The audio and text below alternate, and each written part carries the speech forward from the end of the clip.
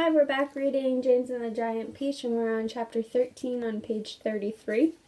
The questions you should answer are: 1. What would be a good title for this chapter? 2. What is this chapter mostly about? And 3. What is a word that means the same as shimmered? 4. Why do you think James is accepting the insects so easily? Alright, we're going to have Scooty read it. Oh. Just kidding.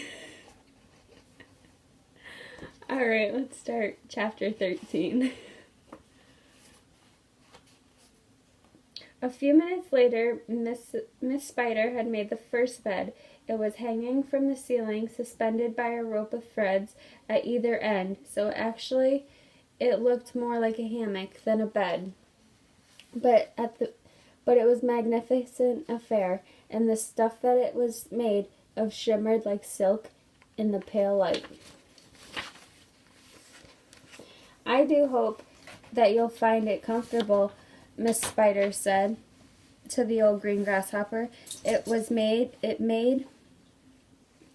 it as soft and silky as I possibly could, and I spun it with a gossamer, and that is much better quality thread than the one I use for my own web.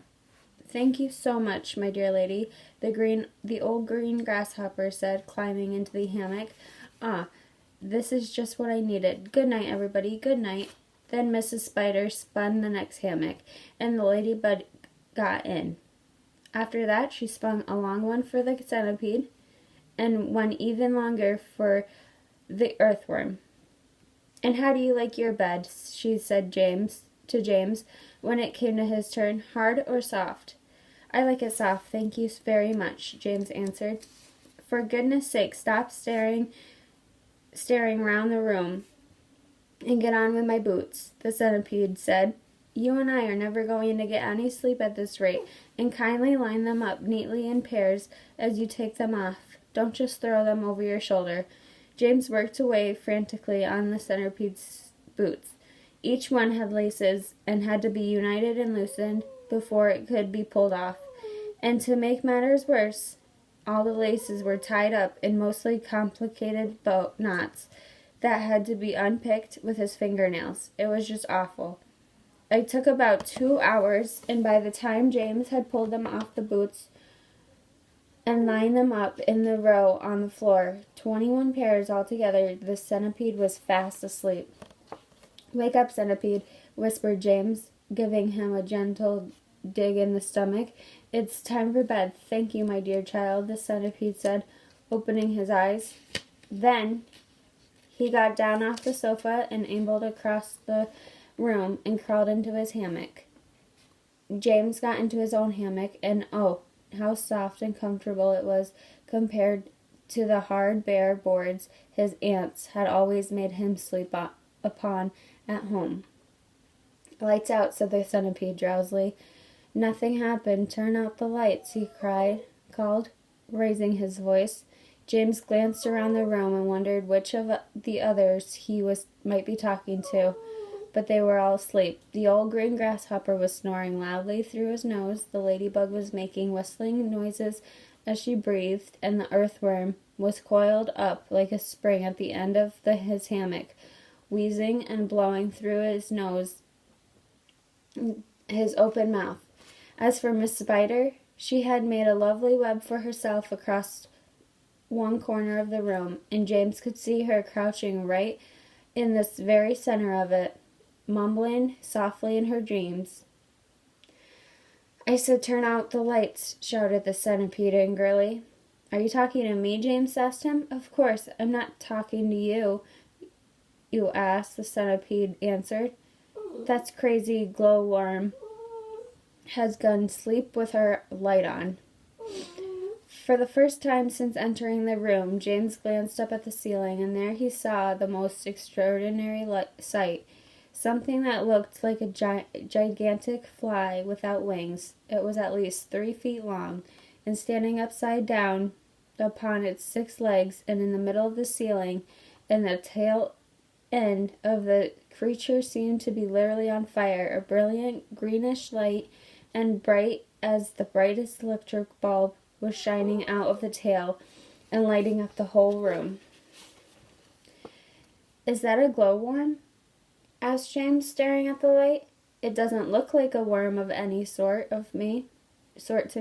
"Of course it's a glowworm," the centipede answered. "At least that's what she calls herself, although actually you are quite right. She isn't really a worm at all. Glowworms are never worms.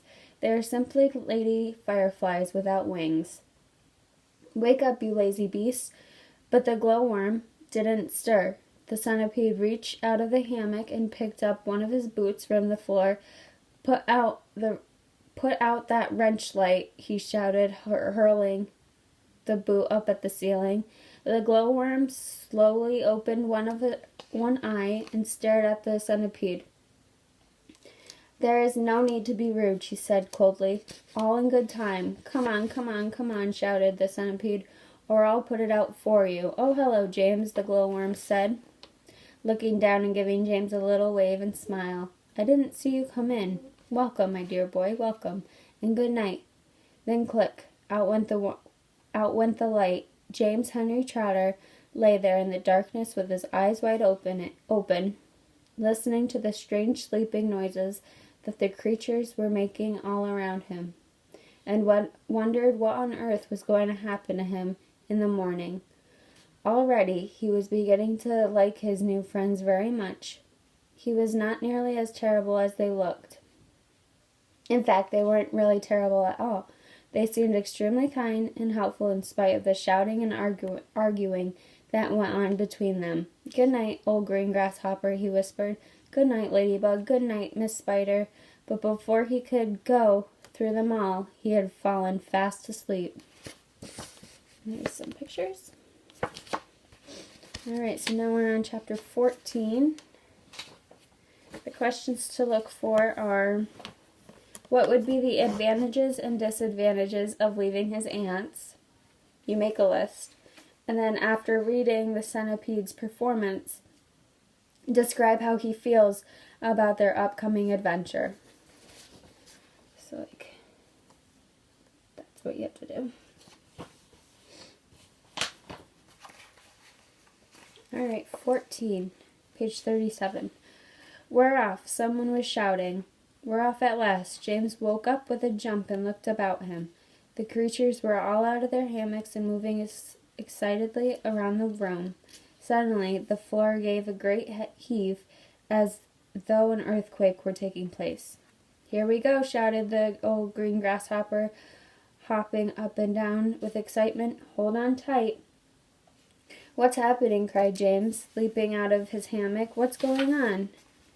The ladybug, who was obviously a kind and gentle creature, came over and stood beside him. "In case you didn't know it," she said, "we're about to depart forever for the top of the ghastly hill, and we've all been living on for so long. We are about to roll away inside the great big beautiful peach to a land off, to a land of what?" asked James. "Never you mind," said the ladybug. "But nothing could be worse than the desolate hilltop and those two repulsive aunts of yours." There's the ladybug. "Hear, hear," they all shouted. "Hear, hear." "You may not have noticed it," the ladybug went on, "but the whole garden, even before it reaches the steep edge of the hill, happens to be on a steep slope, and therefore the only thing that has been stopping his peach from rolling away from the beginning of the thick stem attaching it to the tree. Break the stem off and we go.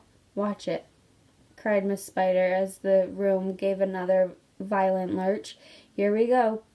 Not quite, not quite." At this moment, continued the ladybug, "our centipede, who has a pair of jaws as sharp as razors, is up there at the top of the peach, nibbling away at the stem. In fact, he must be nearly through it, as you can tell from the way we're lurching at it about.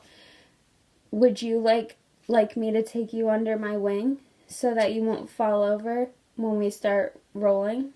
"That's very kind of you," said James, "but I think I'll be all right." Just then the centipede stuck his grinning face through the hole of the ceiling and shouted, "I've done it! We're off! We're off!"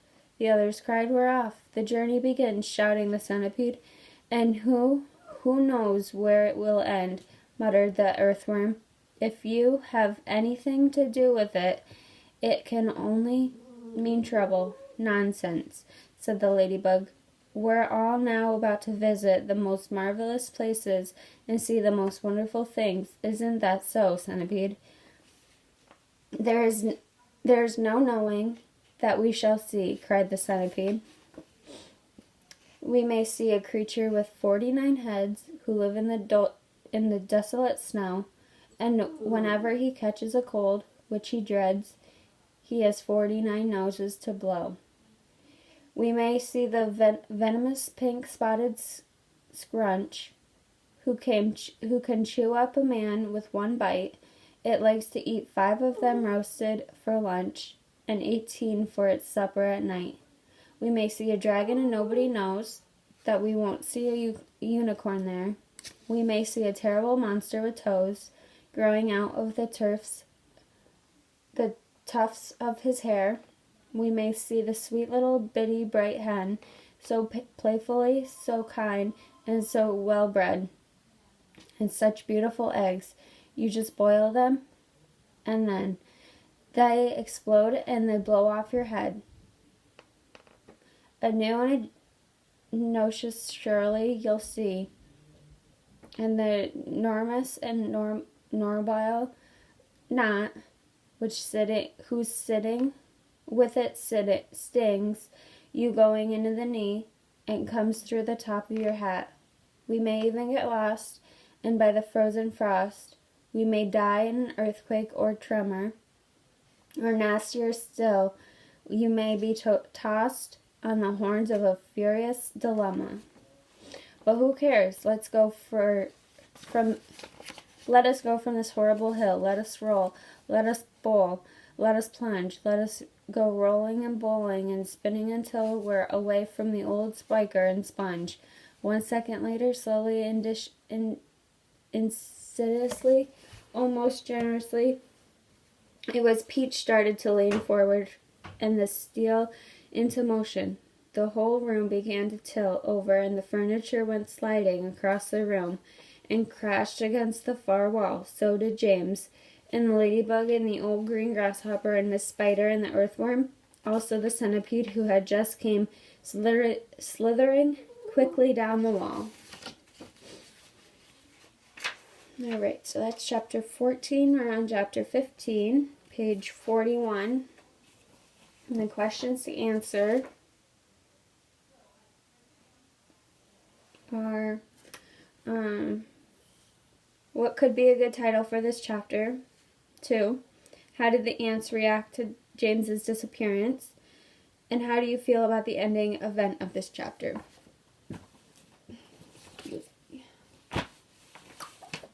Alright, so chapter 15, page 41.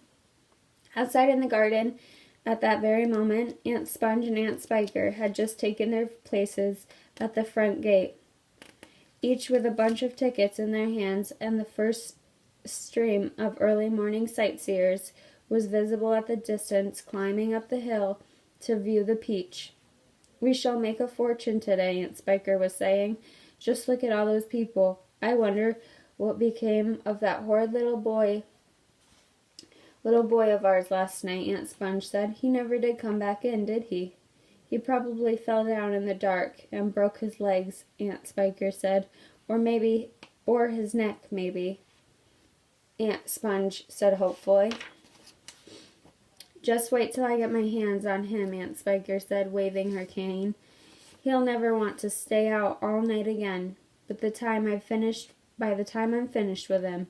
Good gracious me, what's that awful noise?"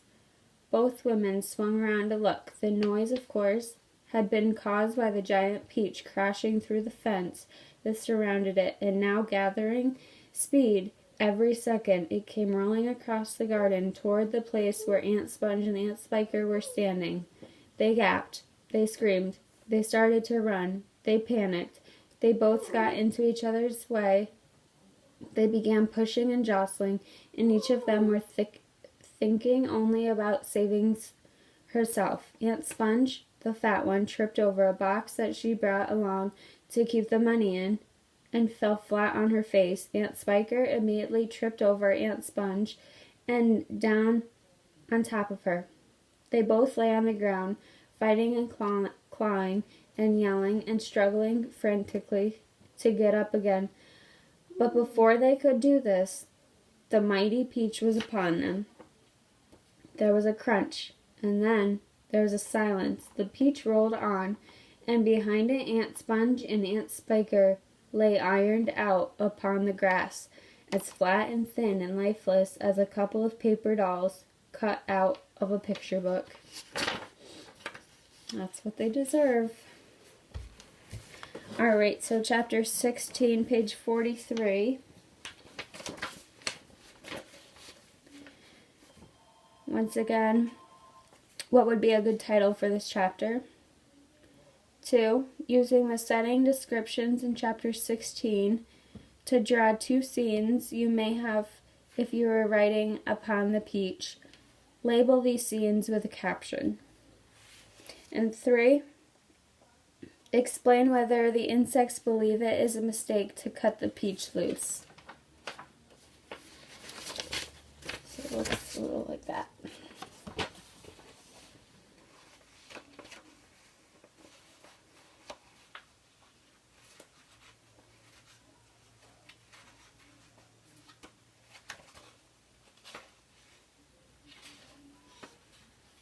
Alright, so 16 on page 43.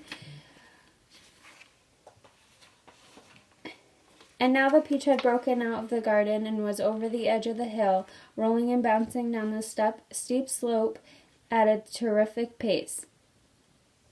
Faster and faster and faster it went, and the crowds of the people who were climbing up the hill suddenly caught sight of the terrible monster plunging down upon them, and they screamed and scattered to right and left as it went hurtling by. At the end of the hill, it charged across the road, knocking over a telegraph pole and flattening 2 parked automobiles as it went by. Then it rushed madly across 20 fields, breaking down all the fences and hedges in its path. It went right through the middle of the herd of fine Jersey cows, and then through a flock of sheep, and then through a paddock full of horses, and then through a yard full of pigs, and soon the whole countryside was a seething mass of panic-stricken animals stampeding in all directions. The peach was going at a tremendous speed with no sign of slowing down, and about a mile farther on to the village. Down the main street of the village it rolled, with people leaping frantically out of the path right and left, and at the end of this street it went crashing right through the walls of an enormous building and out the other side, leaving 2 gaping holes in the brickwork. The building happened to be a famous factory where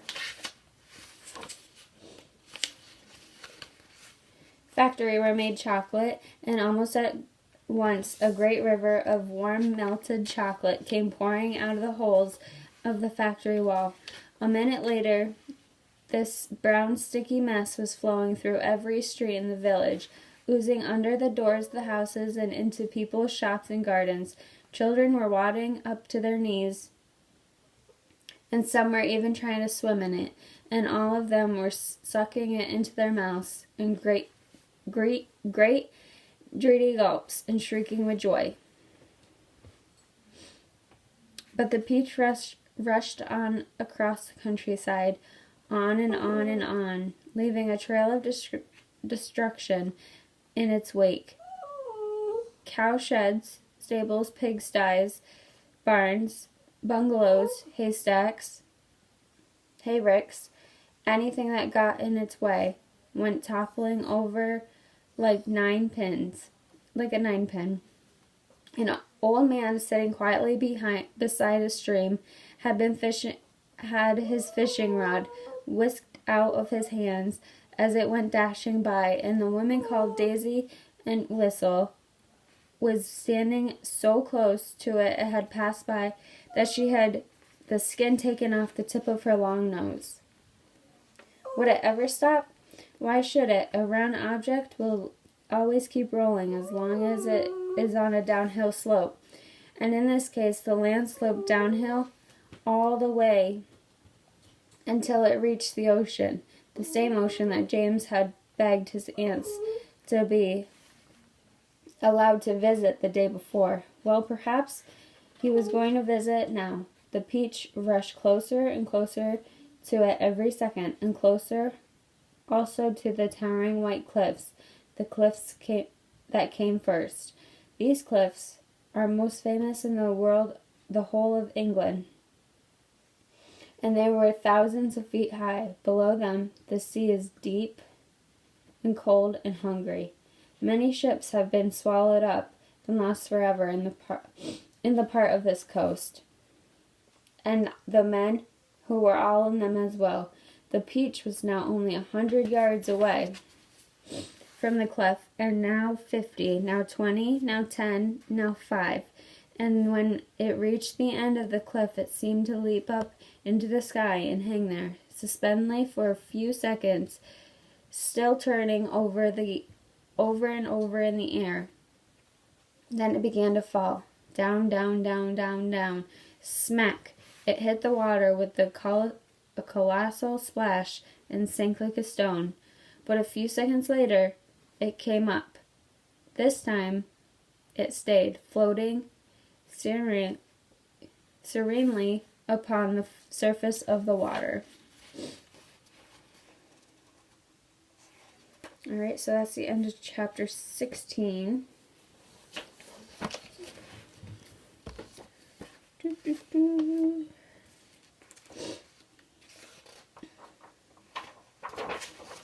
Chapter 17. 1. What would be a good title for this chapter? 2. What is a word that means the opposite of giddy? And 3. What was the chapter mostly about? 17 on page 46. At this moment, the scene inside the Peach itself was one indescribable chaos. James Henry Chowder was lying bruised and battered on the floor of the room amongst a tangled mass of centipede and an earthworm and spider and ladybug and glowworm and old green grasshopper. In the whole history of the world, no travelers had ever had a more terrible journey than these unfortunate creatures. It had started out well, with much laughing and shouting, and for the first few seconds, as the Peach had begun to roll slowly forward, nobody had minded being trembled about a little bit. But when it went bump, and the centipede had shouted, that was Aunt Sponge, and then bump again, and that was Aunt Spiker, then they had a tremendous burst of cheering all around. But as soon as the Peach rolled out of the garden and began to go down the steep hill, rushing and plunging and bounding madly downward, then the whole thing became a nightmare. James found himself being flung up against the ceiling, then back into the floor, then sideways against the wall, then up onto the ceiling again, and up and down the back and forth and round, and at the same time all of the creatures were flying through in the air in every direction. So were the chairs and the sofa, not to mention the 42 boots belonging to the centipede. Everything and all of them were being rattled around like peas inside an enormous rattle that was being rattled by a mad giant who refused to stop. To make it worse, something went inside with the glowworm's lightning system, and the room was pitchy dark. There were screams and yells and curses and cries of pain, and everything kept going round and round, and once James was a frantic grab, and some thick bars sticking out from the walls, only to find that they were a couple of centipede legs. "Let go, you idiot," shouted the centipede, kicking himself free and James was promptly flung across the room into the old green grasshopper's horny lap. Twice he got tangled up in Miss Spider's legs, a horrid business. And toward the end, the poor earthworm, who was cracking himself like a whip every time he flew through the air from one side of the room to the other, coiled himself around James's body in a panic and refused to unwind. Oh, it was a frantic and terrible trip, but it was all over now, and the room was suddenly very still and quiet. Everybody was beginning slowly and painfully to disentangle himself from everybody else. "Let him have some light," shouted the centipede. "Yes," they cried. "Light, give us some light." "I'm trying," answered the poor glowworm. "I'm doing my best. Please be patient." They all waited in silence. Then a faint greenish light began to glimmer out of the glowworm's tail, and gradually became stronger and stronger until it was away enough to be seen by. "Some great journey," the centipede said, limping across the room. "I shall never be the same again," murmured the earthworm. Nor I," the ladybug said. "It's taken years off my life." "But my dear friends," cried the old green grasshopper, trying to be cheerful, "we are there." "Where?" they asked. Where is there?" "I don't know," the old green grasshopper said. "But I'll bet it's somewhere good. We are probably at the bottom of a coal mine," the earthworm said gloomily. "We certainly went down and down and down very suddenly at the last moment. I felt it in my stomach. I still feel it. Perhaps we are in the middle of a beautiful country full of songs and music," the old green grasshopper said. "Or near the seashore," said James eagerly, "with lots of other children down on the sand waiting for me to play with." "Pardon me," murmured the ladybug, turning the trifle pale, "but I am worried. I am wrong in thinking that we seem to be bobbing up and down." "Bobbing up and down," they cried. "What on earth do you mean?" "You are still giddy from the journey," the old green grasshopper told her. "You'll get over it in a minute. And everybody ready to go upstairs now and take a look around?" Yes, they chorused. "Come on, let's go. I refuse to show myself out the doors in my bare feet," the centipede said. "I have to get my boots on again first." "For heaven's sake, let's not go through all that nonsense again," the earthworm said. "Let's all lend the centipede a hand and get it over with," the ladybug said. "Come on."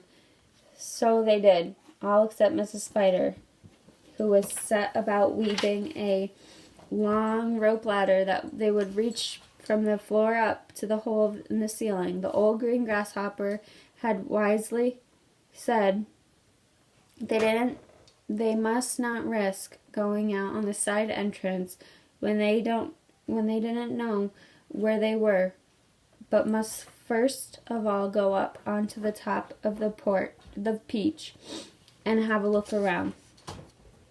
So a half an hour later, when the rope ladder had been finished and hung, and the 40-second boot had been laced neatly on the centipede's 42nd foot, they were all ready to go out. Amidst mounting excitement and the shouts of, "Here we go, boys, the promised land. I can't wait to see it," the whole company climbed up the ladder and one by one disappeared into the dark, soggy tunnel in the ceiling that went steeply, almost vertically upward. Alright, so that's the end of chapter 17, and I'm going to stop there. So answer your questions and then come back for the next video for the next couple chapters.